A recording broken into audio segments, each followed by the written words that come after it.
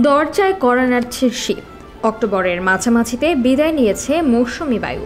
এরই মধ্যে উত্তর পূর্বাঞ্চলে তাপমাত্রা কমতে শুরু করেছে। কার্তিক মাস প্রায় শেষ হয়ে এলেও রাজধানী ঢাকা সহ সারা দেশে শীতের অনুভূতি খুব একটা লক্ষ্য করা যায়নি। বিগত বছরগুলোতে এ সময় হাড় কাঁপানো শীত লক্ষ্য করা গেলেও এবছর শীতের তীব্রতা কতটুকু হবে তা নিয়ে কথা বলেছেন আবহাওয়াবিদরা। তাদের মতে ঢাকায় একটু দেরিতে শীত আসলেও উত্তর পূর্বাঞ্চল, মধ্যাঞ্চল ও উত্তর পশ্চিমাঞ্চলে 2 থেকে 3টি তীব্র শৈত্যপ্রবাহ বয়ে যেতে পারে।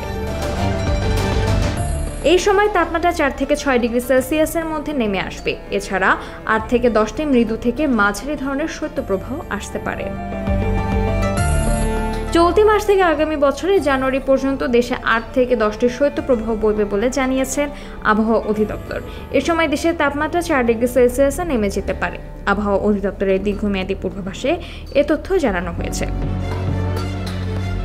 আবহাওয়া অফিস জানায়, চলতি মাস থেকে আগামী জানুয়ারি পর্যন্ত দেশে 8 থেকে 10টি মৃদু থেকে মাঝারি ধরনের শৈত্যপ্রবাহ বয়ে যেতে পারে।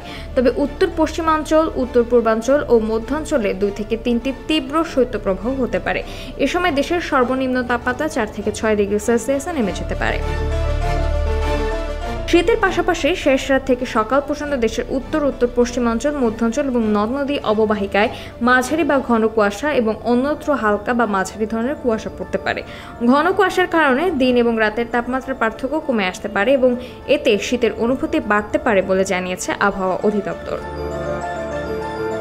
আবার তীব্র শীতের আগে দেশের স্বাভাবিক বৃষ্টিপাতের আভাস রয়েছে। এ সময় বঙ্গোপসাগরে 2 থেকে 5টি লঘুচাপ সৃষ্টি হতে পারে, যার মধ্যে 1 থেকে 2টি নিম্নচাপ এবং ঘূর্ণিঝড়ে রূপ নিতে পারে।